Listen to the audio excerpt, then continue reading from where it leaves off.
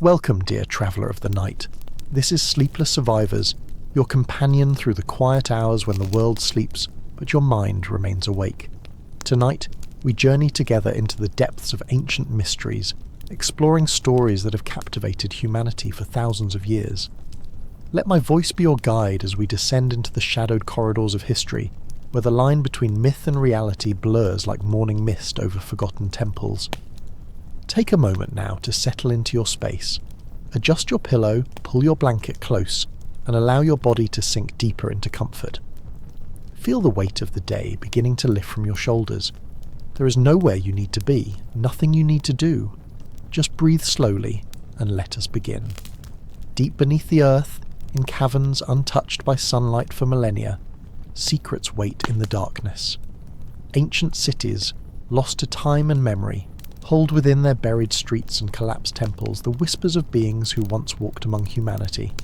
The Anunnaki, their name echoes through Mesopotamian texts, carved into clay tablets that have survived floods, wars, and the slow erosion of centuries. Tonight we will explore their story, wandering through the ruins of civilizations that rose and fell under their watchful gaze. The Tigris and Euphrates rivers flow as they have for thousands of years, carving paths through the landscape of modern Iraq. But beneath the surface of this land, beneath the farms and cities of today, lies Mesopotamia, the cradle of civilization. It was here, in the fertile crescent between these two great rivers, that humanity first learned to write, to build cities, to organize society into something recognizable as civilization. And it was here that the stories of the Anunnaki were first recorded. Imagine yourself standing on the banks of the Euphrates as the sun sets, painting the sky in shades of amber and rose. The air is warm, carrying the scent of date palms and the distant sound of water moving over ancient stone. You're in Sumer, nearly 5,000 years before the present day. Around you, the world's first true cities rise from the flatlands, their mud brick walls glowing golden in the fading light. Uruk, Ur, Eridu, names that will echo through history, each one a marvel of human achievement. But according to the texts that will be written here, humanity did not achieve this alone. The Anunnaki, beings who descended from the heavens, taught the first people the arts of civilization. They showed them how to measure the stars, how to plant crops according to the seasons, how to smelt metal and shape it into tools. In the beginning, the texts say, the Anunnaki performed these labours themselves, but the work was hard and they grew weary. So they created humanity, fashioning workers from clay and divine essence, to till the fields and build the temples. Let your breathing slow as we descend deeper into this story. Feel your chest rise and fall with the gentle rhythm of relaxation. Each breath carries you further from the concerns of your day, deeper into the realm of ancient dreams. The cuneiform tablets of Sumer tell us that the Anunnaki numbered in the hundreds, perhaps even thousands. They were organised in a hierarchy much like human society itself would come to be. At their head stood Anu, the sky god, father of all.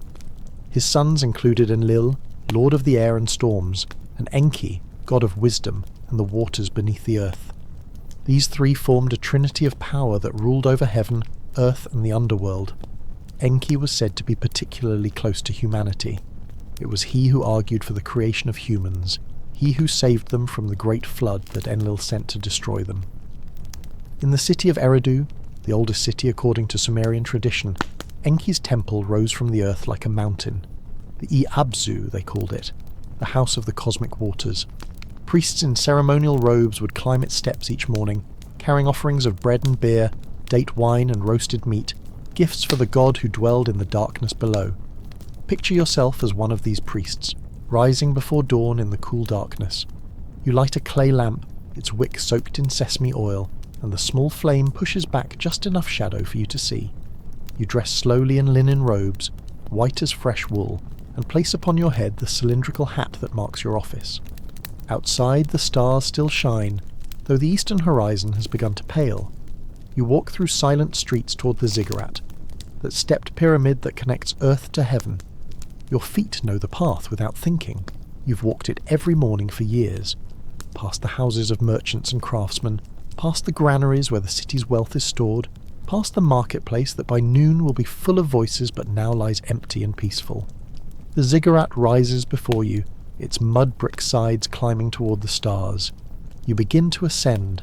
Step by step you climb higher. Your breath comes steady and even. Each step is a meditation, a prayer in motion. The city spreads out below you, a patchwork of flat roofs and narrow streets, all silent in the pre-dawn stillness. Higher and higher you climb, until you reach the temple at the summit. Inside, the air is thick with incense. Myrrh and cedar smoke drift in lazy spirals toward the ceiling. Here, in the sacred darkness, you perform the rituals that maintain the cosmic order.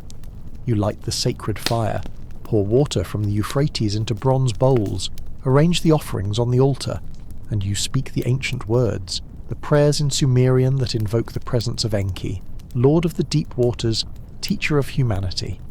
But what if the priest truly believed that Enki would appear? What if, in those moments of sacred ritual, the boundary between myth and reality became thin as gossamer? Let your mind drift now, floating like smoke on the wind. Feel yourself sinking deeper into comfort, deeper into relaxation. There is no need to hold on to any thought. Just let my voice carry you forward through this ancient landscape. The Anunnaki were not always benevolent in the stories.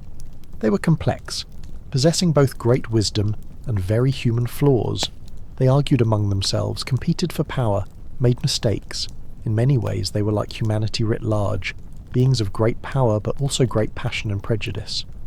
One of the most famous stories involves Inanna, called Ishtar by the Akkadians who came after the Sumerians. She was the goddess of love and war, a paradoxical figure whose temples were places of both sacred sexuality and martial preparation. Her descent into the underworld is one of the most haunting myths to survive from ancient Mesopotamia. The story goes that Inanna, Queen of Heaven, decided to visit the realm of the dead, ruled by her sister Ereshkigal. Perhaps it was curiosity that drove her, or ambition, or the simple desire to extend her dominion into every realm of existence. She adorned herself with the symbols of her power, a crown, a necklace of lapis lazuli, a measuring rod and line, a cloak of royal authority, and other items of divine regalia. She descended through 7 gates, and at each gate she was forced to remove one item of her divine power. Strip by strip she was reduced from goddess to mortal, from queen to supplicant. When she finally stood before Ereshkigal, she was naked and powerless. Her sister, filled with rage at this intrusion, struck her dead and hung her corpse on a hook on the wall of the throne room. For 3 days and 3 nights Inanna hung there, dead in the realm of death. The world above fell into darkness.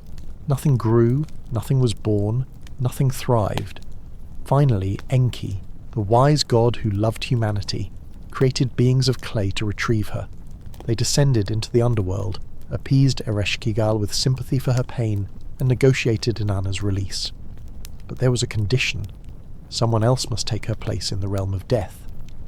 When Inanna returned to the upper world, she found her husband Dumuzi sitting on her throne, showing no sign of mourning for her. Enraged, she condemned him to take her place. And so the pattern was established. Dumuzi would spend half the year in the underworld and half in the world above, his absence causing the seasons of winter and his return bringing spring. This story, told and retold in ancient temples, accompanied by the soft sounds of lyres and the rhythmic beating of drums, speaks to something deep in the human experience. The descent into darkness, the stripping away of identity and power, the death of the old self and the resurrection of the new. Even the gods, it seems, must face their shadows. Feel yourself descending now, like Inanna through the 7 gates. But you're not being stripped of power. You're being relieved of burden. Each breath carries away tension. Each moment draws you deeper into peace, gate after gate. You descend, moving toward the realm of sleep, where dreams wait to receive you. The search for evidence of the Anunnaki has driven explorers and archaeologists for over a century. When the first clay tablets were excavated from the mounds of ancient Mesopotamia in the 19th century, scholars were astounded by what they found. Here were stories that paralleled biblical narratives, flood myths, and creation accounts that predated the Hebrew scriptures by thousands of years. Sir Austin Henry Layard, excavating the Assyrian capital of Nineveh in the 1840s, unearthed the palace of Ashurbanipal, the last great king of Assyria. Within its ruins lay a library, thousands of clay tablets carefully organised and preserved. These tablets contain the literary and religious heritage of Mesopotamia: hymns, prayers, medical texts, astronomical observations, and mythological epics. Among these tablets was found the Epic of Gilgamesh, one of humanity's oldest surviving works of literature. The story of a king who sought immortality and learned to accept mortality instead resonated across the centuries. But embedded within this epic was an account of a great flood, so similar to the biblical story of Noah that it sparked intense debate. Could the Bible's flood story be based on these older Mesopotamian accounts? And if so, what did that mean for religious tradition? The flood story appears in several Mesopotamian texts, but one of the fullest accounts comes from the Epic of Atrahasis.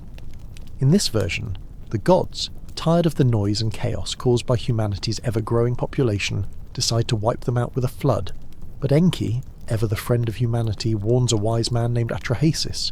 He tells him to build a boat, to seal it with bitumen, to bring aboard his family and animals of every kind. The flood comes, lasting 7 days and 7 nights. The Anunnaki themselves are terrified by the destruction they have unleashed.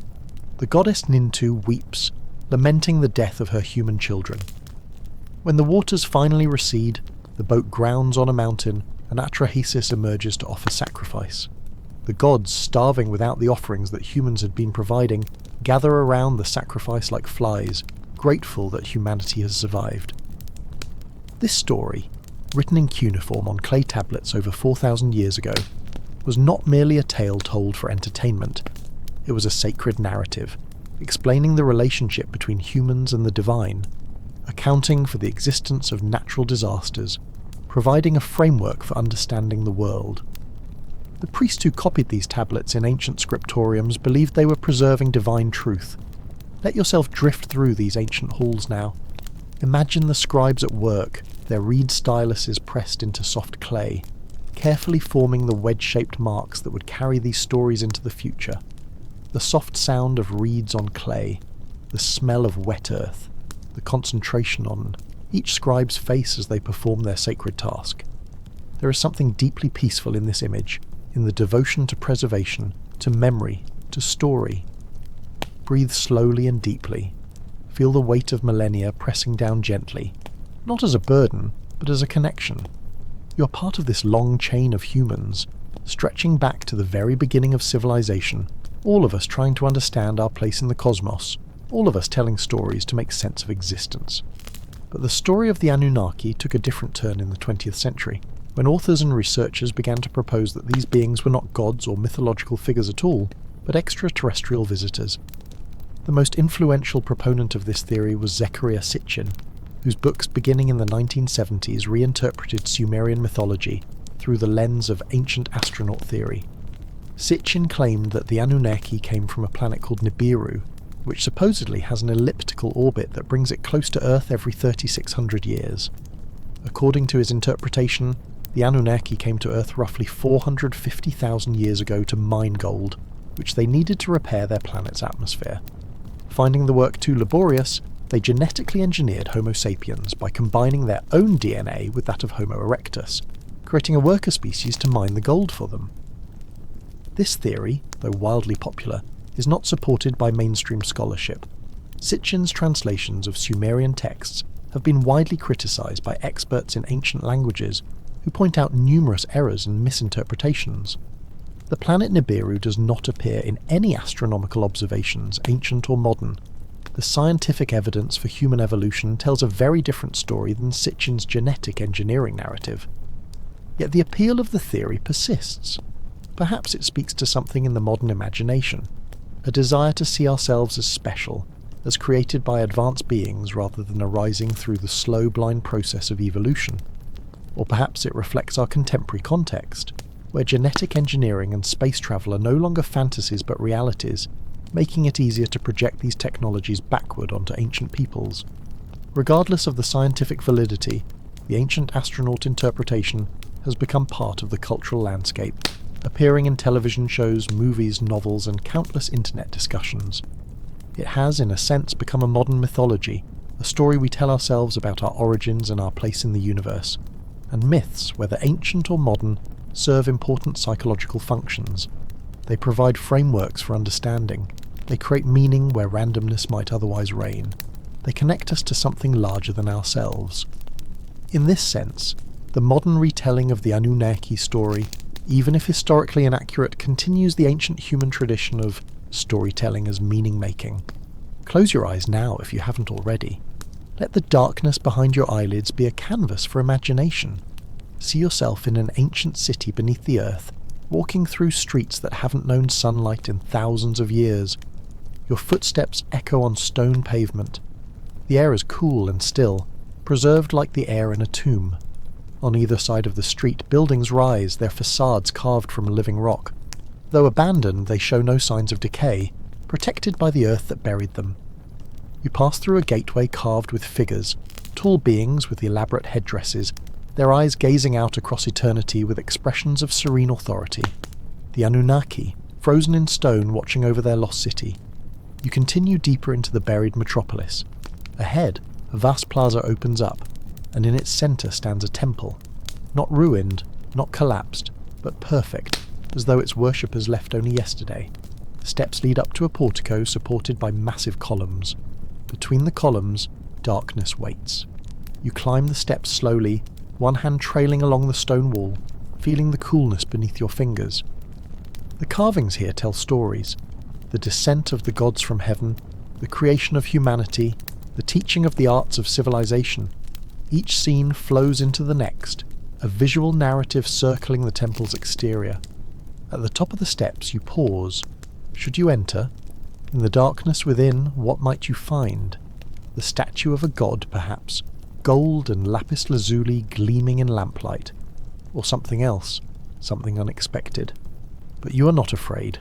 This is a place of mystery, but not menace. The beings who built this place, whether gods or humans, whether real or imagined, intended it as a sacred space. And sacred spaces, properly approached, offer not danger, but understanding. You step across the threshold into shadow. Let that image fade now, becoming as insubstantial as smoke. Let all images fade. Let there be only my voice, only the gentle rhythm of your breath, only the soft embrace of approaching sleep. The archaeological reality of ancient Mesopotamia is, in its own way, as fascinating as any myth. The cities that rose along the Tigris and Euphrates were genuine marvels of engineering and social organisation. Uruk, at its height around 3000 BCE, may have had a population of 50,000 people, an extraordinary concentration of humanity for that time period. Its walls stretched for nearly 10 kilometres, enclosing neighbourhoods of residential housing, temple complexes, administrative buildings, and workshops. The famous White Temple of Uruk, dedicated to the sky god Anu, stood on a massive platform rising over 13 metres above the surrounding plain.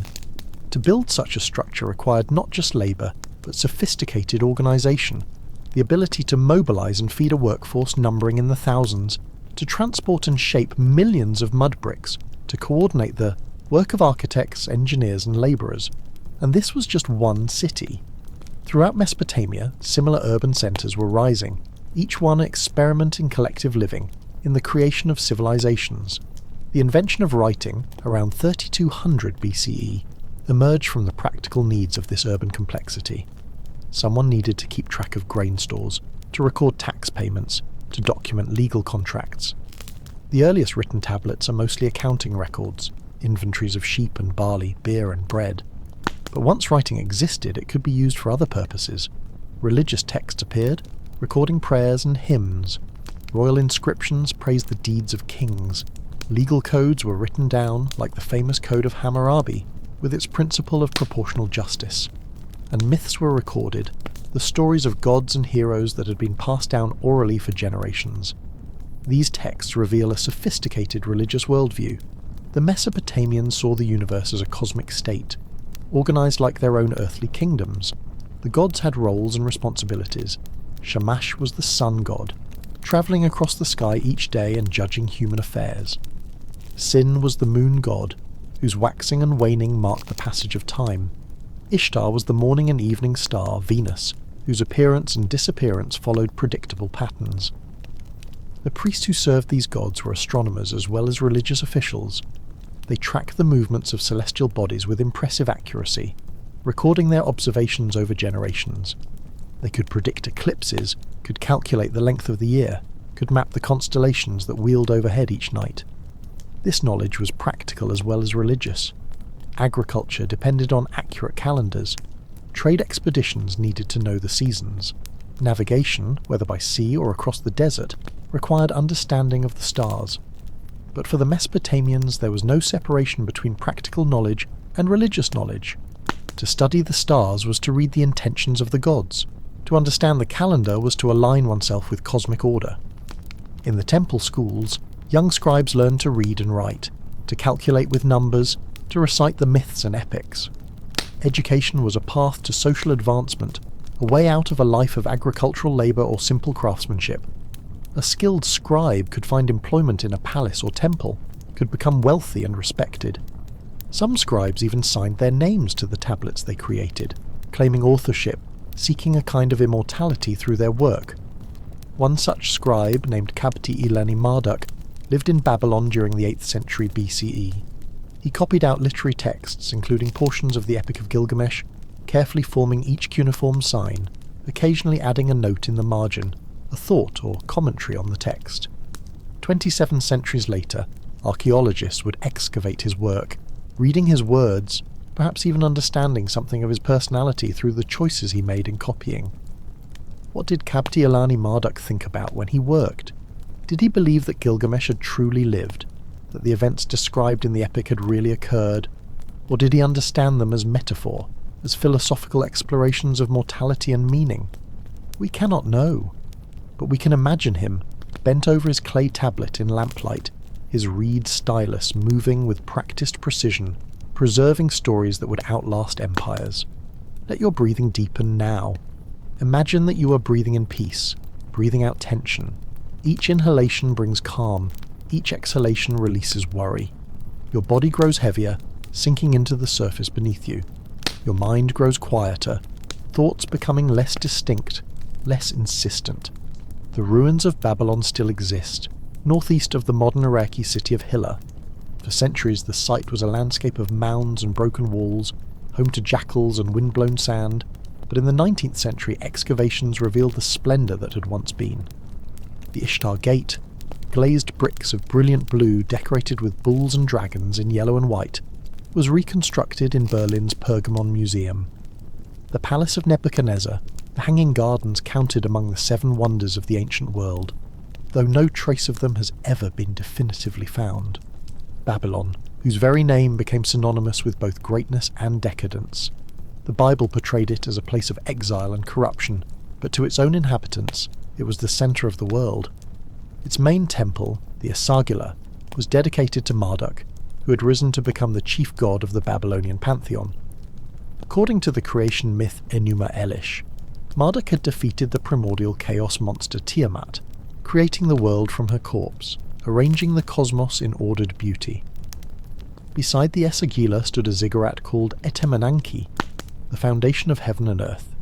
This may be the structure that inspired the biblical story of the Tower of Babel. Ancient sources describe it as having 7 levels, each one painted a different colour, rising nearly 90 metres into the sky. Climbing to its summit was to ascend through the cosmic realms, from the earthly plane through the spheres of the planets to the abode of the gods themselves.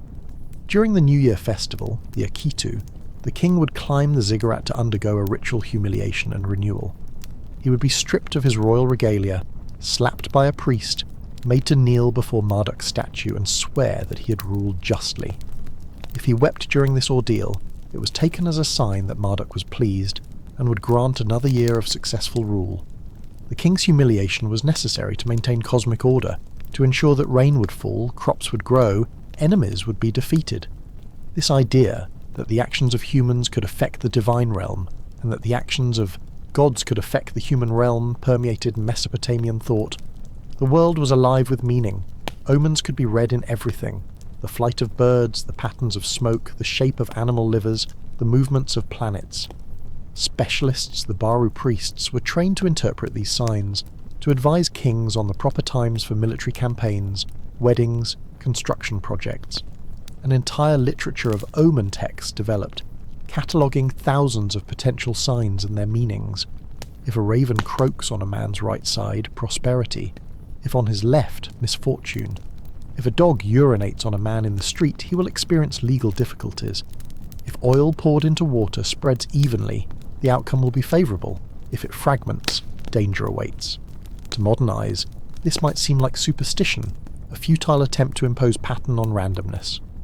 But for the Mesopotamians, it was a sophisticated system of analysis, a way of paying attention to the world, of noticing details that might otherwise be overlooked. And like any system of divination, it provided a framework for decision-making, a way to move forward when the future was uncertain. Imagine yourself now as one of these diviners, sitting in a quiet room within the temple complex. Before you, a bowl of water. You pour oil onto its surface, watching as it spreads and swirls, forms patterns and shapes. You've spent years learning to read these signs, studying under masters who studied under their own masters, a chain of transmission reaching back generations. The light from the oil lamp flickers. The oil on the water breaks into droplets, some large, some small. They move across the surface as though pushed by invisible currents. You watch, your mind calm, open, receptive. What story is the oil telling? What truth is being revealed? But even as you watch, your eyelids grow heavy. The patterns blur. The flickering lamplight becomes hypnotic. Your head nods forward, then jerks up. You're tired. You have been working since before dawn, performing rituals, copying texts, interpreting dreams. Perhaps it is time to rest. You rise slowly, extinguish the lamp, and make your way through the darkened temple to your quarters. A simple room, a sleeping mat, a few possessions. You lie down, pulling a woven blanket over yourself. Through the window stars shine, the same stars that have guided travellers and marked the passage of seasons since the beginning of time. Your eyes close. Sleep comes quickly, deeply, drawing you down into darkness where dreams wait. And you, listening to my voice now, feel your own eyes growing heavy, your own body settling into stillness. Perhaps you are already dreaming. Perhaps these words are part of your dream. It doesn't matter. Just rest. Just let go. Just drift. The mystery of the Anunnaki extends beyond Mesopotamia. Similar stories of gods descending from the heavens, teaching humanity, and ruling as divine kings appear in cultures around the world. The ancient Egyptians spoke of the Neteru, the gods who had once walked the earth during the Zep Tepi, the first time. The Mesoamerican cultures told of Quetzalcoatl and Kukulkan, feathered serpent gods who brought civilization. Hindu texts describe the Devas and Asuras, powerful beings locked in eternal conflict, sometimes helping humanity, sometimes harming it. Are these parallel developments, arising independently from the universal human tendency to explain the unknown through stories of divine intervention? Or do they reflect some common source, some actual event in prehistory that was remembered and mythologized differently by various cultures? The latter possibility has fueled countless speculations and theories. Some suggest that a lost civilization, more advanced than those that followed, existed before recorded history, perhaps destroyed by the cataclysms that marked the end of the last ice age. Survivors of this civilization, the theory goes, spread across the world, teaching the arts of agriculture, astronomy and architecture to hunter-gatherer peoples, and were remembered as gods. This idea has romantic appeal. It suggests that humanity's rise to civilization was not a slow, difficult process of incremental innovation, but rather a gift from wise teachers, a legacy from a golden age now lost.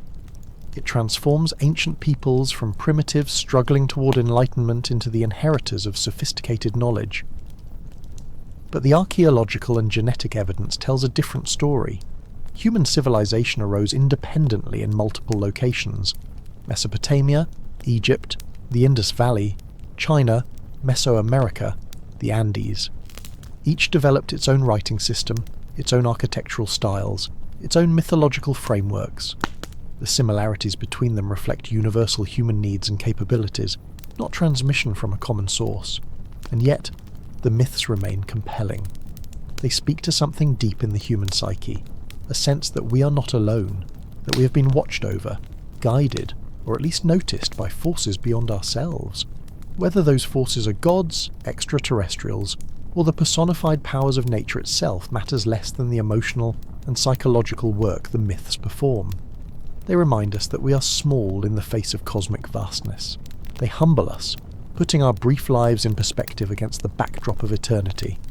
But they also elevate us, suggesting that despite our smallness, we matter to something or someone beyond ourselves.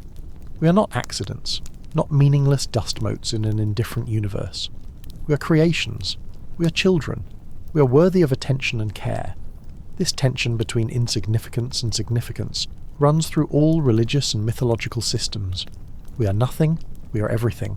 We are powerless, we are capable of great deeds. We are mortal, but we dream of immortality. The Epic of Gilgamesh explores this tension beautifully. Gilgamesh, the king of Uruk, is 2/3 god and 1/3 human, possessed of superhuman strength and vitality. But when his beloved friend Enkidu dies, Gilgamesh is forced to confront his own mortality. In anguish and terror, he sets out to find Utnapishtim, the man who survived the Great Flood and was granted immortality by the gods. After a long and perilous journey, Gilgamesh finds Utnapishtim and demands to know the secret of eternal life. Utnapishtim tells him the story of the flood, how he built a boat and saved his family and the animals, how the gods regretted their decision to destroy humanity and granted him and his wife immortality as compensation. But, Utnapishtim explains, this was a unique event, never to be repeated. There is no secret, no technique, no path to immortality that Gilgamesh can follow. However, Utnapishtim offers Gilgamesh a challenge. If he can stay awake for 6 days and 7 nights, perhaps he can prove himself worthy of immortality. Gilgamesh accepts the challenge, but almost immediately he falls asleep. For 6 days and 7 nights he sleeps deeply, and when he finally awakens, he is devastated. He has failed. He is mortal, and there is no escape from that condition. Utnapishtim's wife takes pity on Gilgamesh and tells him of a plant that grows at the bottom of the sea, a plant that can restore youth, if not grant immortality. Gilgamesh dives to the ocean floor, retrieves the plant, and begins his journey home, planning to share this gift with the elders of Uruk. But while bathing in a pool, a serpent steals the plant and immediately sheds its skin, becoming young again. Gilgamesh has lost even this consolation prize.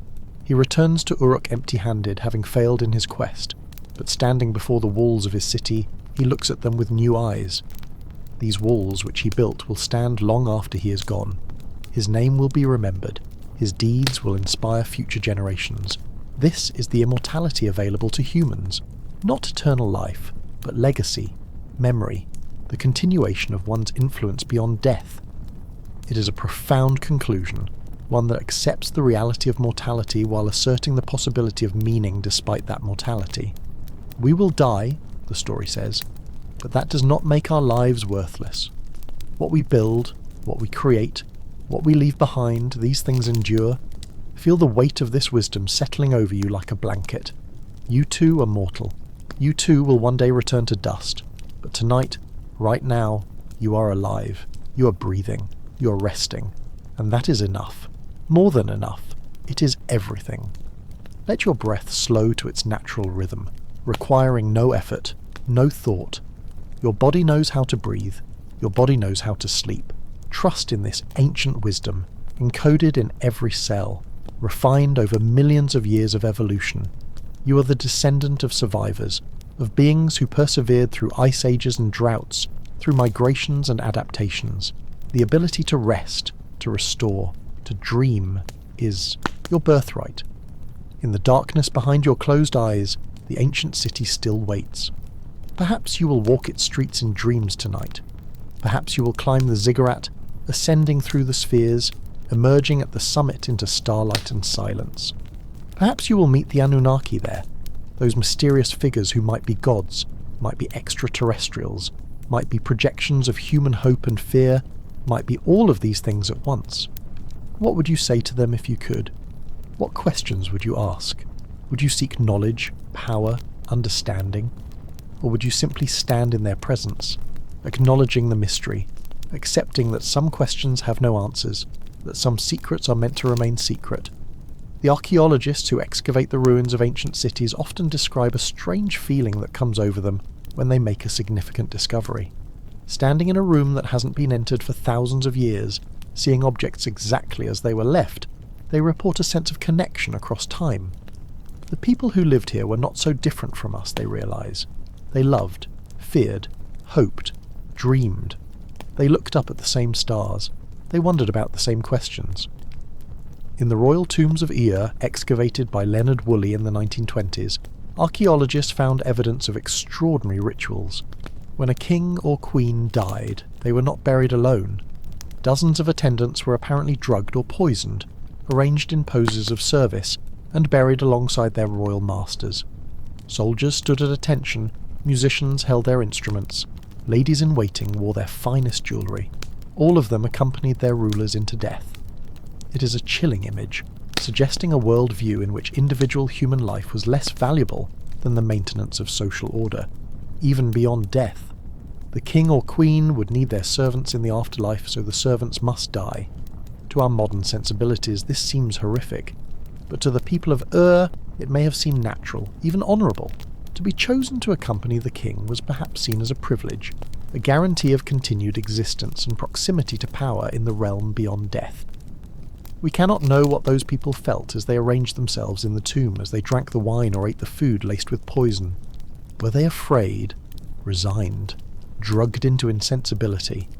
The archaeological record can tell us what happened, but not how people felt about what happened. And yet, among the grave goods, among the gold and lapis lazuli, the weapons and tools, archaeologists found game boards. Board games, carefully crafted, interred alongside the dead for their entertainment in the afterlife. This detail humanises the scene in a way that the gold treasures do not. These people, for all their alien beliefs and practices, like to play games. They pass their leisure time in competition and chance, just as we do. Across 4,500 years, this simple fact creates a bridge of understanding. Let this thought comfort you, that humanity has always been recognisably human, that beneath the differences of culture and time, we share fundamental commonalities, the need for rest, the capacity for wonder, the desire to understand our place in the universe, the urge to tell stories. You're part of this long chain of humanity, reaching back to the first cities of Sumer, back beyond that to the first farmers of the Neolithic, back further still to the hunter-gatherers who painted on cave walls and carved figures from mammoth ivory. All of your ancestors survived long enough to reproduce. All of them faced challenges, overcame obstacles, adapted to change. Their resilience is encoded in your DNA, their strength flows through you, and now it is time to rest. Time to let the concerns of the day fade into insignificance. Time to surrender to sleep, that ancient healer, that nightly death and resurrection. The city beneath the earth waits in its timeless darkness. The Anunnaki, whether real or imagined, maintain their eternal vigil in stone and story. The rivers of Mesopotamia continue their slow journey to the sea, as they have for millions of years, and you, dear traveller, can release your hold on consciousness, can drift down into the restorative depths of sleep. Let my voice become distant, an echo in a vast chamber. Let the words lose their meaning, becoming simply sounds, simply rhythm, simply the soft pulse of language dissolving into silence. In some of the ancient texts, there are descriptions of the realm of dreams as a place that exists between the world of the living and the world of the dead. To dream is to travel, to leave the body behind and wander in territories unmapped by waking geography. The gods themselves could visit humans in dreams, delivering messages, warnings, prophecies.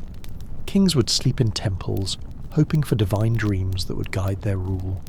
Perhaps tonight, as you sleep, you will receive your own messages from the depths. Not from gods or Anunnaki, but from your own unconscious mind, that vast territory within you that processes, integrates, and creates without your conscious awareness. Dreams perform essential work, sorting through the experiences of the day, consolidating memories, working through emotions, problem-solving, and creating meaning. You do not need to understand your dreams for them to serve their function. You do not need to remember them. Simply by sleeping, by allowing your brain to enter the altered states of consciousness that cycle through the night, you are participating in a process of maintenance and restoration, as ancient as sleep itself. The ziggurat rises from the desert floor, its stepped sides climbing toward a sky thick with stars. In the darkness of ancient night, Before the light pollution of modern civilization, the heavens were a revelation. A tapestry of light so dense that the Milky Way cast shadows. The priests of Babylon, of Ur, of Uruk climbed their temple towers night after night, year after year, generation after generation, watching the slow dance of celestial bodies, recording their observations on clay tablets that would survive empires, survive floods, survive the very extinction of the languages in which they were written. They noticed patterns. The planets, which they called wandering stars, moved against the background of fixed constellations. 5 visible planets: Mercury, Venus, Mars, Jupiter, Saturn, each one associated with a god. Mercury with Nabu, the god of writing and wisdom, swift and clever. Venus with Ishtar, goddess of love and war, brilliant and inconstant. Mars with Nergal, god of plague and destruction, blood red in the night sky. Jupiter with Marduk, king of the gods, stately and majestic in his movements. Saturn with Ninurta, god of agriculture and the hunt, slow and patient. The movements of these planetary deities through the constellations of the zodiac were not random. They followed rules, patterns that could be calculated and predicted. The priests developed mathematical systems of extraordinary sophistication. They could predict not only where a planet would be on a given date, but where it had been centuries in the past or would be centuries in the future. This knowledge was power, political power, as well as religious authority. The king who could predict eclipses, who could time military campaigns according to favourable celestial omens, had an advantage over his enemies. But beneath the practical applications lay something deeper, a genuine sense of wonder at the ordered beauty of the cosmos. The universe was not chaos. It was not random. It operated according to laws, divine laws perhaps, but laws nonetheless that could be understood through patient observation and careful reasoning. This realization that nature was comprehensible was one of humanity's great intellectual achievements, laying the foundation for science, mathematics, and philosophy. Let yourself feel the coolness of the night air on that ancient ziggurat. You stand at the top, having climbed the hundreds of steps in darkness, your legs aching, your breath coming in deep pools. Around you, the city sleeps. No artificial lights mar the darkness. Oil lamps flicker in a few windows, but most houses are dark, their inhabitants long since surrendered to sleep. Above you, the stars are overwhelming in their multitude. You have climbed here every night for months, learning the constellations, learning their names in Akkadian, in Sumerian, in the ancient tongues that even in your time are becoming archaic, preserved in temples and schools but no longer spoken in the streets. You have learned to identify the planets, to track their positions, to record your observations. Tonight, you're watching for Jupiter, for Marduk, who is due to reach a particular point in his journey through the constellations. Your teacher has told you that when Marduk enters the constellation of the Crab, and when he does so while the moon is in a certain phase, it portends great fortune for the king. A military campaign begun under such auspices will succeed. Enemies will fall, tribute will flow into the treasury, but you're not thinking about military campaigns or political machinations. You are simply watching, observing, present in the moment. The night is beautiful. The air smells of the river, of palm trees, of the bread baking in early rising households preparing for the dawn. In the distance, a dog barks. Closer, you hear the rustle of wind through the reeds that grow along the irrigation canals. Jupiter appears on the horizon, rising in the east, brilliant and steady. You watch as it clears the horizon, climbing higher into the sky. You mark its position against the background stars. You will remember this, will return to your quarters before dawn, and press the information into a clay tablet, adding your observation to the centuries of accumulated data that fill the temple archives. But for now, you simply watch. Simply exist in this moment of connection with the cosmos, feeling yourself part of something vast and ancient and ongoing. You're small, insignificant, a brief flicker of consciousness in an eternal universe. And yet, you are here. You are aware. You are watching and understanding. That awareness, that understanding, gives your brief life meaning. Feel your own breathing slow and deepen as you stand on that ancient tower. Feel the night air cool on your skin. Feel the stone beneath your feet, worn smooth by centuries of footsteps. Feel the weight of the sky above you, that vast dome studded with lights, each one perhaps a sun like our own, perhaps attended by worlds like ours. The ancient Mesopotamians did not think in such terms, but they wondered nonetheless. What are the stars? Are they the homes of gods? Are they fires burning in the firmament? Are they holes in the fabric of the sky, through which the light of heaven shines through? Such questions have occupied humanity since we first looked up and wondered, and they occupy us still, though our answers have changed. We know now that stars are suns, fusion furnaces burning hydrogen into helium, radiating light and heat across the vast distances of space. We know that many stars have planets, some of them perhaps harbouring life. We know that we are made of star stuff, that the atoms composing our bodies were forged in the hearts of ancient stars that exploded before our sun was born. This knowledge is both humbling and exalting. We are the universe becoming conscious of itself. We are matter that thinks, atoms arranged in such a way that they can ponder their own existence. In the 4 billion year history of life on Earth, this capacity for self-reflection has only recently emerged. We are newcomers, the latest chapter in a very long story. And yet, here we are, conscious, aware, wondering. The ancient Mesopotamians wondered about the Anunnaki, about where they came from and what they wanted. We wonder about extraterrestrial intelligence, about whether we are alone in the universe, or whether consciousness has emerged elsewhere, on worlds orbiting distant stars. The questions are not so different. They arise from the same source, the awareness that the universe is vast beyond imagining, and the hope that somewhere in that vastness there are others like us, others who look up at the stars and wonder. Let your mind expand now to encompass this vastness. Imagine yourself rising from that ancient ziggurat, floating upward, higher and higher, until the city becomes a pattern of lights below you, then the whole region, the 2 rivers snaking through desert, then the whole earth, blue and white and beautiful, hanging in the darkness of space.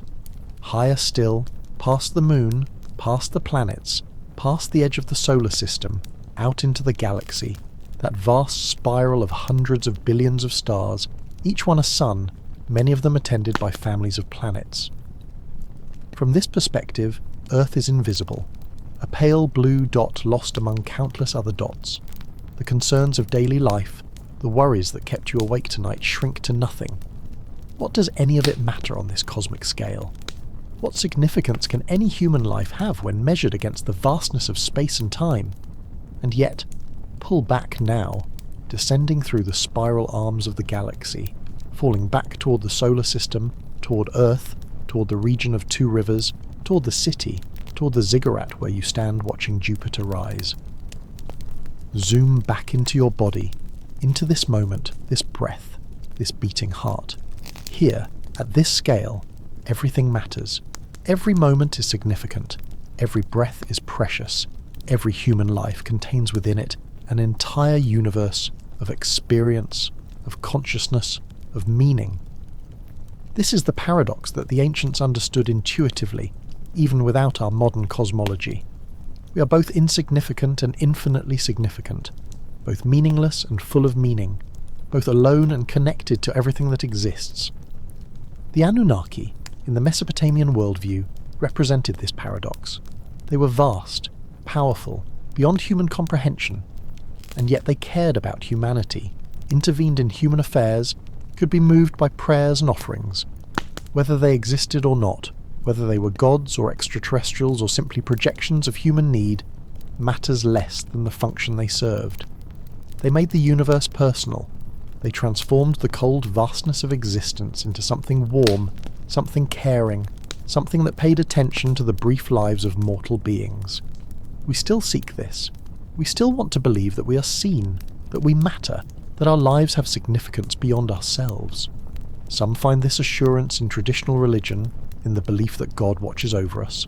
Others find it in human connection, in the knowledge that we are loved by family and friends. Still others find it in work, in creativity, in the things we make and do that outlast our brief lives. And some find it in moments of connection with the cosmos itself, in standing under the night sky and feeling, without words, without doctrine, without belief, simply feeling that we are part of something larger. The atoms of our bodies were forged in stars. The molecules of life that compose us were assembled over billions of years of evolution. The consciousness that allows us to ponder these facts emerged from the complexity of matter organised in just the right way. We are the universe contemplating itself. In this sense, we are never truly alone. Rest in this knowledge now. Let it seep into your bones, into your cells, into the very foundation of your being. You're part of the cosmos. You're made of the same stuff as stars. The same forces that govern the motion of galaxies govern the beating of your heart. You're not separate from nature, from the universe, from existence itself. You're an expression of it, a temporary pattern in the eternal flow of matter and energy. And tonight, you can rest. You can let go of the need to understand everything, to control everything, to figure everything out. The universe will continue without your conscious participation. The stars will wheel overhead whether you watch them or not. The rivers will flow to the sea. Life will persist, adapting, evolving, creating new forms and new possibilities. Your job tonight is simply to sleep, to allow your body and mind the rest they need, to trust in the ancient processes of restoration that have served life for billions of years. Sleep is not a luxury. It is not laziness. It is a biological necessity, as important as food or water. During sleep, your brain clears away the metabolic waste products that accumulate during waking hours. Your memories are consolidated, integrated into long-term storage. Your immune system is strengthened. Your cells repair damage. Your entire organism resets itself, preparing for another day of consciousness, of experience of life. The ancient peoples understood this, though they lacked our scientific knowledge of the mechanisms involved. They knew that sleep was sacred, that dreams were meaningful, that rest was necessary. In Mesopotamian belief, dreams could be messages from the gods, warnings or prophecies, or simply communications. There were professional dream interpreters who kept extensive records of dreams and their meanings, building up over centuries a vast compendium of dream symbolism. If you dream of crossing a river, it means you will overcome obstacles. If you dream of flying, you will rise in status. If you dream of losing your teeth, you will lose a family member. These interpretations seem arbitrary to us, but they served a function. They gave meaning to the strange, sometimes frightening experiences of the dream world. They integrated the unconscious into the conscious, allowing people to feel that even the chaotic realm of dreams followed rules, could be understood, could be interpreted. Modern dream interpretation takes a different approach, seeking meaning not in universal symbols but in personal associations, in the unique language of each individual's unconscious.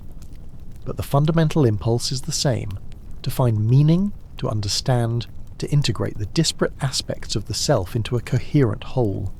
You do not need to interpret your dreams tonight. You do not need to remember them. You do not need to do anything at all except allow yourself to drift, to float, to surrender to the natural cycles of sleep that will carry you through different stages, from light sleep to deep sleep, to REM sleep, and back again, cycling through this pattern multiple times before morning comes.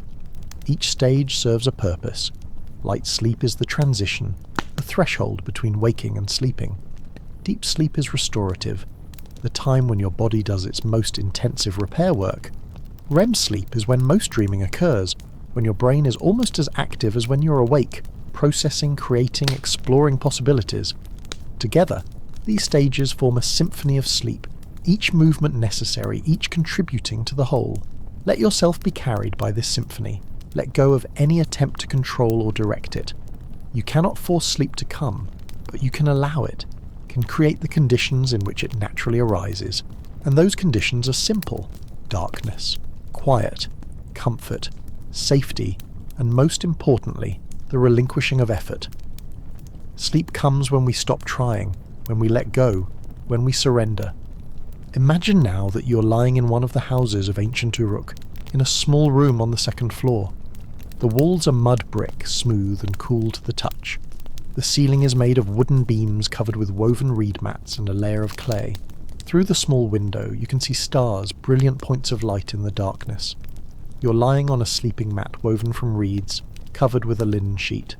A woven blanket provides warmth against the slight chill of the night. Under your head, a headrest, carved from wood, supports your neck. It is not as comfortable as a modern pillow, but you're used to it. and it serves its purpose. The house is quiet. Your family sleeps in other rooms. In the courtyard below, the coals of the cooking fire have died to embers, barely glowing. Somewhere in the distance you hear the night watch calling out, marking the hours, assuring the sleeping city that all is well, that no danger threatens. You close your eyes. The day has been long. You worked in the fields from dawn until the heat of midday drove everyone inside to rest. In the afternoon, you returned to work, tending the irrigation channels, ensuring that water reached all parts of the field. In the evening, there was a meal, conversation with family, the small rituals of domestic life. And now, gratefully, there is rest. You do not think about the Anunnaki as you drift toward sleep. They are remote, distant, the concerns of priests and kings. Your life is smaller, more immediate. The harvest, the health of your children, the repair that needs to be made to the courtyard wall, these are the things that occupy your thoughts. But perhaps in the depths of the night you will dream of the gods. Perhaps Enki will appear to you, rising from the waters of the Apsu, the cosmic deep that lies beneath all things. Perhaps he will speak to you, offering wisdom, offering guidance. Or perhaps you will dream of more mundane things, of fields and water, of bread and beer, of the simple pleasures and concerns of earthly existence. Either way, you will wake tomorrow refreshed, restored, ready to face another day. The gods will continue their watch, whether you dream of them or not. The universe will continue its evolution, whether you understand it or not. Life will persist, adapting and growing, creating new forms and new possibilities. And so will you. You will persist, you will adapt, you will continue. Tomorrow is coming, but tonight there is only rest, only peace, only the gentle darkness of sleep. Let your breathing become so slow, so quiet that you barely notice it. Let your body become so still that you cannot tell where you end and the bed begins. Let your mind become so quiet that thoughts arise and dissolve like bubbles on the surface of a still pond, leaving barely a ripple. You're descending through layers now, moving from the surface awareness of waking consciousness down through deeper and deeper levels. The first layer is still connected to the external world. You can hear sounds, can feel sensations, can think coherent thoughts. But as you descend deeper, these connections loosen. Sounds become distant, muffled. Sensations blur. Thoughts fragment and recombine in strange ways. Deeper still, and you lose track of where you are, who you are. Identity becomes fluid. You might be yourself, or you might be someone else. Some ancient priest climbing a ziggurat, some farmer sleeping in a mud brick house, some king performing rituals in a temple. The boundaries between self and other become permeable, deeper, and even these dream images dissolve. There is only darkness, only the deep restorative darkness of dreamless sleep. Here, in this depth, your brain waves slow to their lowest frequency. Here, healing happens. Here, your body performs its most intensive maintenance. Here, in a state that resembles death but is actually the deepest expression of life, you are renewed. You will not remember this part of the night.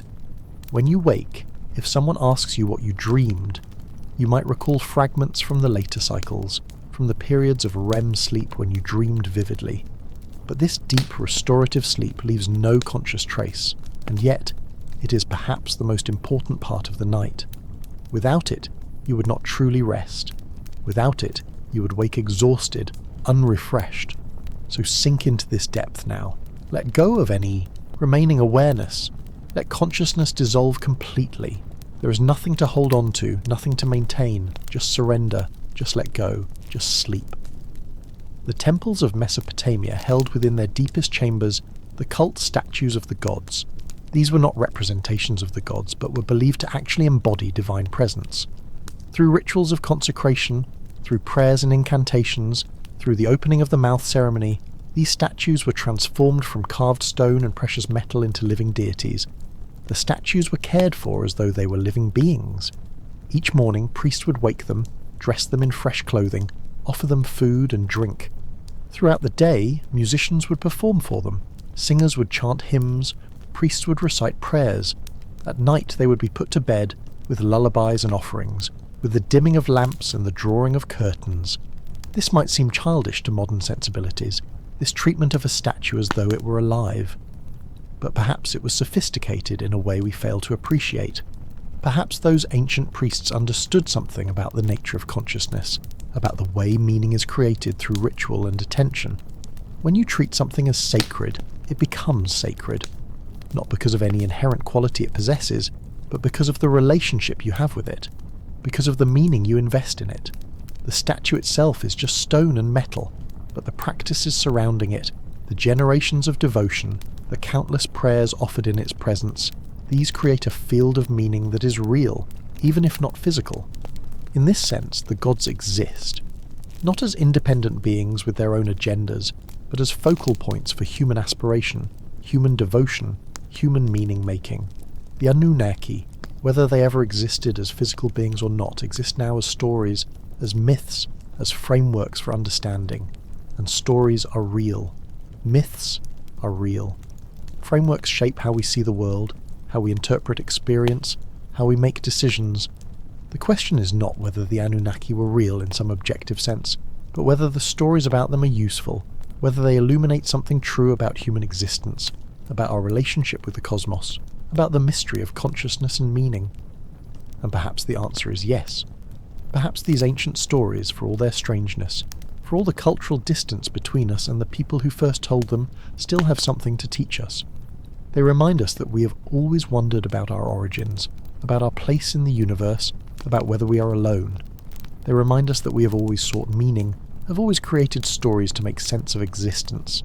They remind us that we are part of a long chain of humanity, stretching back to the first cities, to the first writing, to the first moments of recorded history, and they remind us to look up at the stars with wonder, to feel small in the face of cosmic vastness, and yet to know that our smallness does not diminish our significance. We matter.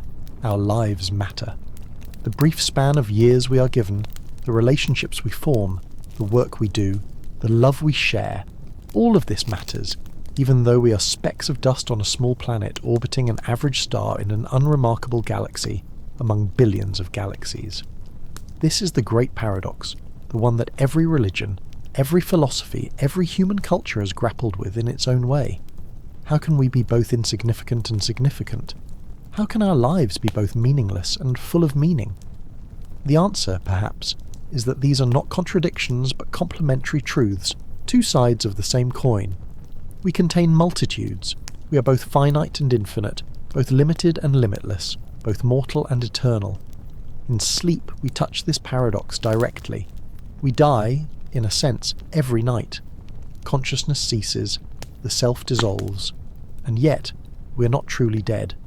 We return in the morning, resurrected, renewed, ready to take up the burden of consciousness once more. Sleep is a rehearsal for death, a practice run, a reminder that we can let go, can surrender, can trust in processes beyond our conscious control. And if we can trust in sleep, perhaps we can trust in death as well. Not that death leads to some literal afterlife, some continuation of individual consciousness, but that death, like sleep, is a natural process, part of the larger cycle of existence. The atoms that compose us will not be destroyed. They will return to the earth, will be taken up by other organisms, will be recycled through the great cycles of nature. In this sense, we are immortal. We are part of the eternal flow of matter and energy through the cosmos. The Sumerians believed that after death, the spirit descended to the underworld, Kur, a dark and gloomy place where ghosts existed in shadowy half-life, sustained by offerings from living relatives. It was not a particularly appealing afterlife, lacking the paradise of later religious traditions. But it was not annihilation either. It was continuation, even if diminished. Perhaps this reflects a deeper wisdom than more elaborate afterlife mythologies. Life is precious precisely because it is finite. Consciousness is valuable because it is rare and brief. The fact that we will die makes every moment meaningful. If we lived forever, nothing would matter. There would always be more time, more chances, more opportunities. But we have only this one life, these few decades if we are lucky, and so every day counts, every moment is irreplaceable. This is why sleep is so important. It is how we renew ourselves for another day of precious, finite life. It is how we maintain the capacity for consciousness, for experience, for meaning. Without sleep we deteriorate, our minds and bodies breaking down, our capacity for attention and emotion impaired. Sleep is not an escape from life, but a necessary part of life, as essential as breathing or eating. So allow yourself to sleep now, deeply and completely. Allow yourself to die, in the small temporary way that sleep represents. Trust that you will return, that morning will come, that consciousness will resume. But for now, let it go. Let it all go. Surrender to the darkness, to the silence, to the deep peace of sleep. The excavation of ancient sites continues even today. Archaeologists work carefully, painstakingly, removing earth one layer at a time, documenting everything they find. A fragment of pottery here, a bead there, the corner of a wall, the outline of a foundation. Piece by piece they reconstruct the past, building up a picture of how people lived, what they valued, what they believed, and sometimes they make extraordinary discoveries. A royal tomb untouched by looters, a cache of tablets recording everyday transactions, a temple complex with walls still standing. These moments of discovery are electric, charged with the thrill of connection across time. Here, in this room, people lived and worked and worshipped. Here, in this street, they walked and talked and went about their daily business. The past becomes suddenly real, suddenly present. But for every spectacular discovery, there are thousands of hours of patient, careful work. Most of archaeology is slow, methodical, even tedious, sifting through dirt, cataloguing fragments, analysing data. It is work that requires patience, attention, and a deep respect for the past. The archaeologists who do this work are driven not by dreams of treasure, but by genuine curiosity about human history, about how we came to be who we are. In this sense, they are not so different from the ancient scribes who copied tablets, preserving knowledge for future generations. Both are motivated by the sense that the past matters, that memory is worth preserving, that we owe something to those who came before us. We stand on their shoulders. The world we inhabit was shaped by their decisions, their innovations, their struggles. To understand them is to understand ourselves, and so the work continues. New sites are excavated, new tablets are translated, new theories are proposed and tested. Our understanding of ancient Mesopotamia grows richer and more nuanced with each passing year. We know more about the Sumerians today than was known a century ago. We can read their language, can understand their mathematics, can appreciate their literature. We have recovered their voices from the silence of millennia. But there is still so much we do not know. So many tablets remain untranslated, sitting in museum storage, waiting for scholars with the time and expertise to decipher them. So many sites remain unexcavated, their secrets still buried beneath the earth. So many questions remain unanswered. Who exactly were the Anunnaki, not in myth, but in the historical reality that gave rise to the myths? What did ordinary people believe about them? How did belief change? Over time? These questions may never be fully answered. The past is fragmentary, incomplete. We see it as through a glass darkly, catching glimpses but never the full picture. And perhaps that is as it should be. Perhaps the mystery is part of the meaning. Perhaps not knowing, acknowledging the limits of our knowledge, keeps us humble, keeps us curious, keeps us reaching toward understanding, even when complete understanding is impossible. This uncertainty, this ambiguity, is uncomfortable for many people. We want clear answers, definitive truths, simple narratives. We want to know whether the Anunnaki were gods, or extraterrestrials, or something else entirely.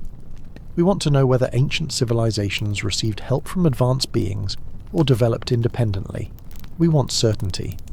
But certainty is often illusory. Even in the present, even with full access to information, we misunderstand, we misinterpret, we see what we want to see. How much more uncertain is our understanding of the distant past, separated from us by thousands of years and vast cultural differences? The honest answer to most questions about the ancient world is, we don't know for sure. We have theories, hypotheses, educated guesses, but we don't know, and that's okay. Not knowing is the beginning of wisdom. It is what keeps us questioning, keeps us investigating, keeps us open to new evidence and new interpretations. If we knew everything, there would be nothing left to discover.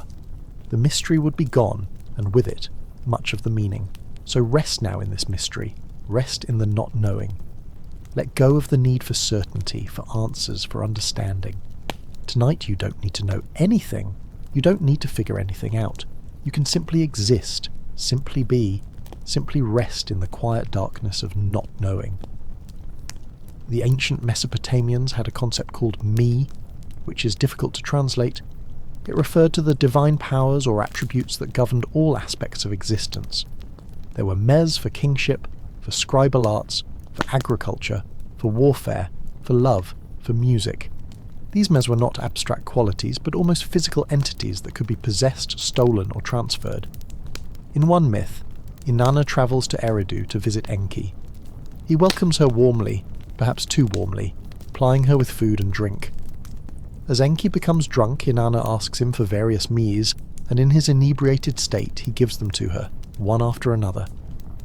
By the time he sobers up and realizes what he has done, Inanna has already left, taking the mes back to her own city of Uruk. Enki sends monsters to retrieve them, but Inanna successfully defends her prize. From that point on, Uruk possesses those particular divine powers.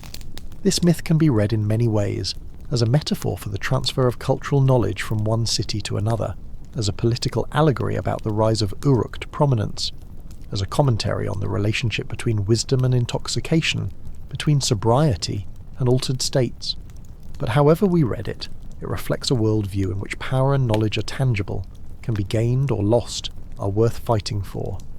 We still think this way, in a sense. We still believe that knowledge is power, that skills and abilities can be acquired, that some people or institutions possess capabilities that others lack. The language has changed, the conceptual framework is different, but the underlying intuition is similar. There are things worth learning, worth striving for, worth protecting. But tonight none of that matters. Tonight you don't need to acquire anything, don't need to strive for anything, don't need to protect anything. You can let down your guard, can release your grip on whatever you've been holding on to. The mes of sleep, the divine power of rest, is freely available to you. You don't need to steal it, don't need to earn it.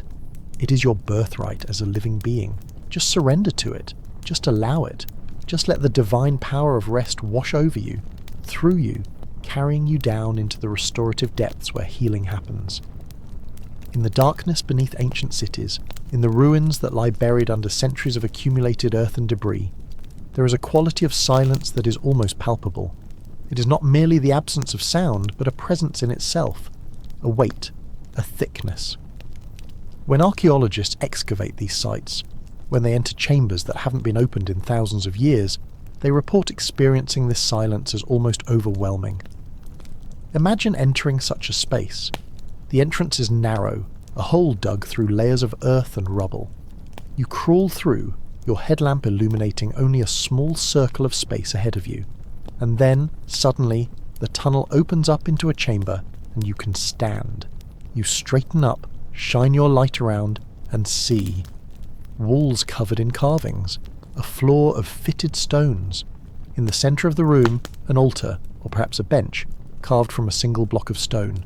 Along the walls, niches that once held statues or offerings, everything covered in a fine layer of dust, undisturbed for millennia.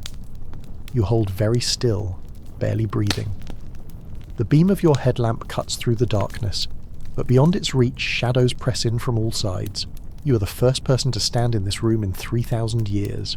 The last people who were here worshipped gods whose names are now found only in scholarly texts. They spoke a language that was dead and forgotten before Rome was founded, before Athens reached its golden age. What were they thinking as they sealed this chamber? What prayers did they speak? What offerings did they leave? You see now that there are vessels on the altar, clay pots sealed with bitumen. You will not open them here. That will be done carefully in a laboratory, with proper tools and documentation. But you wonder what they contain. Oil? Grain? Some organic substance long since decayed to dust. You want to touch the walls, to feel the carvings beneath your fingers, to connect physically with this ancient place. But you resist the urge. Your touch could damage fragile surfaces, could contaminate the sight. You must look but not touch, must witness but not disturb. It is a strange kind of encounter, this meeting with the past. You are here, present in body, but separated by an unbridgeable gulf of time. And yet, the silence speaks.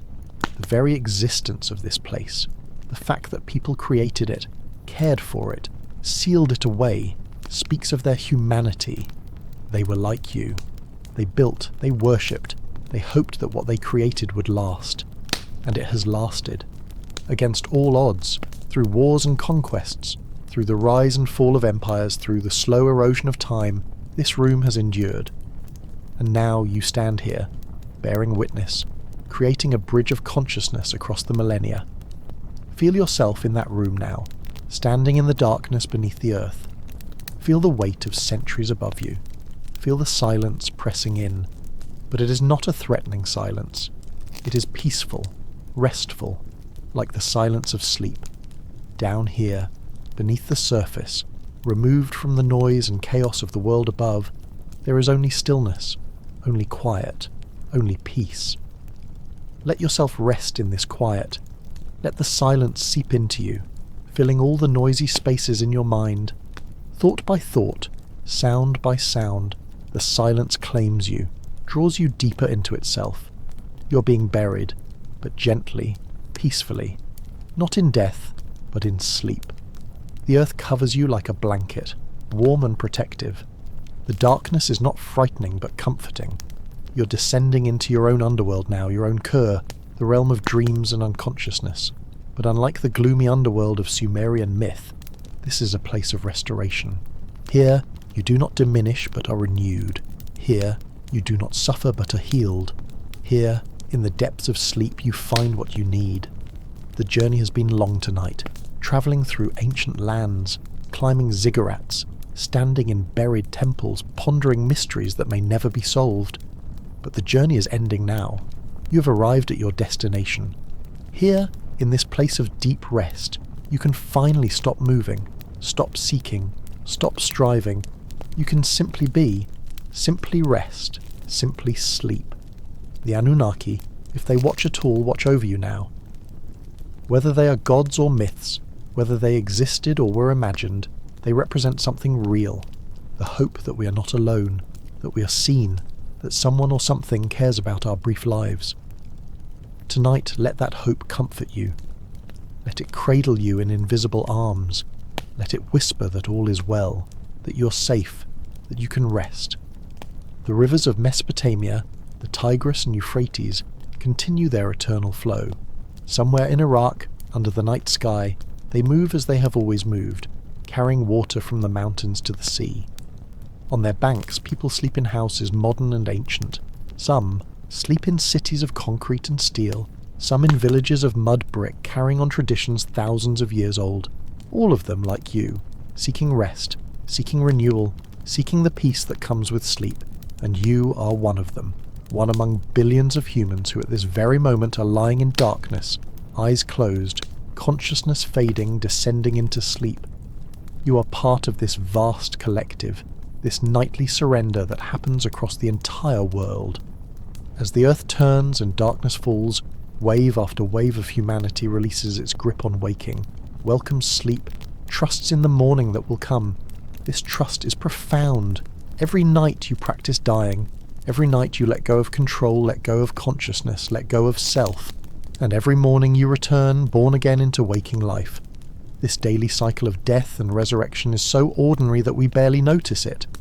But it is miraculous nonetheless. It is proof that we can let go, can surrender, can trust in processes beyond our understanding. So trust now. Let go now. Surrender now. The night holds you. The darkness cradles you. Sleep welcomes you with open arms. You have travelled far tonight, but you have arrived. You are home. You are safe. You can rest. The voice that has accompanied you on this journey grows fainter now, more distant, like an echo fading in a vast cavern. The words dissolve into pure sound, then into silence.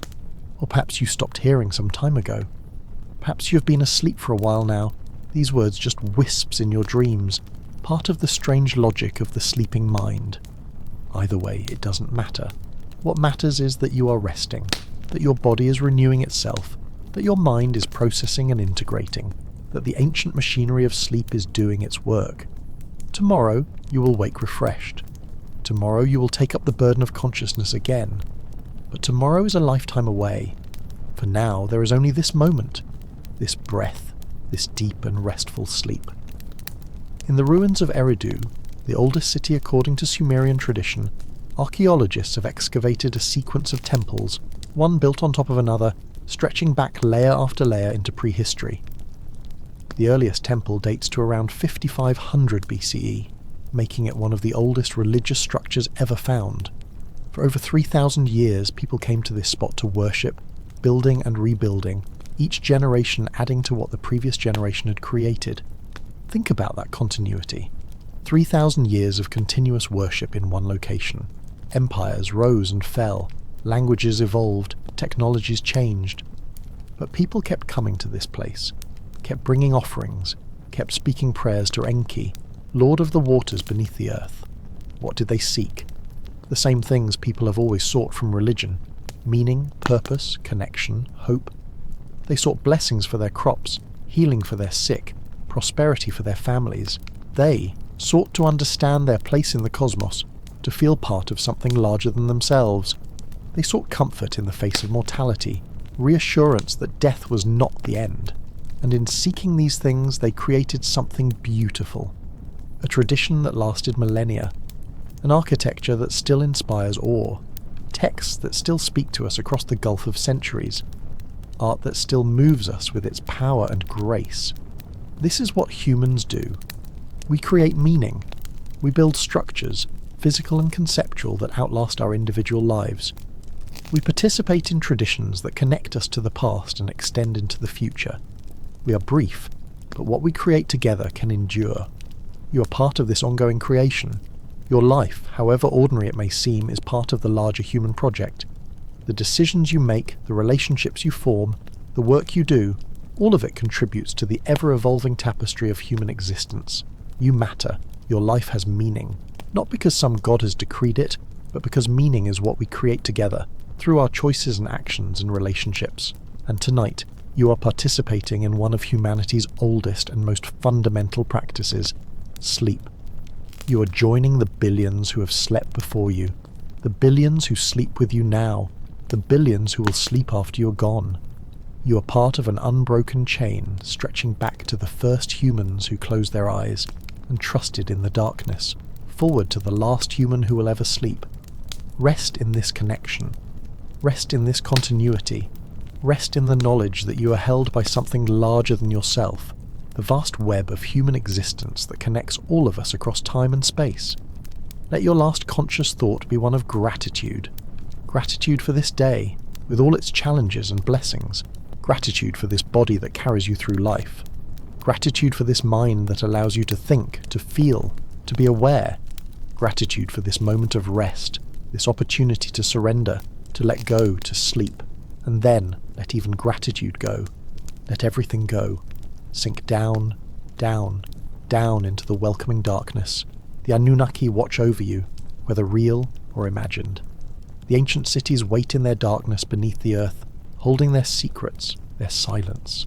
The rivers flow, the stars wheel overhead, and you sleep deeply and peacefully, restored and renewed, ready for whatever tomorrow may bring. Sleep now, sleep deeply, sleep peacefully. The night is yours, the darkness is friendly, the silence is full of presence. You are safe, you are held, you are home. Sleep.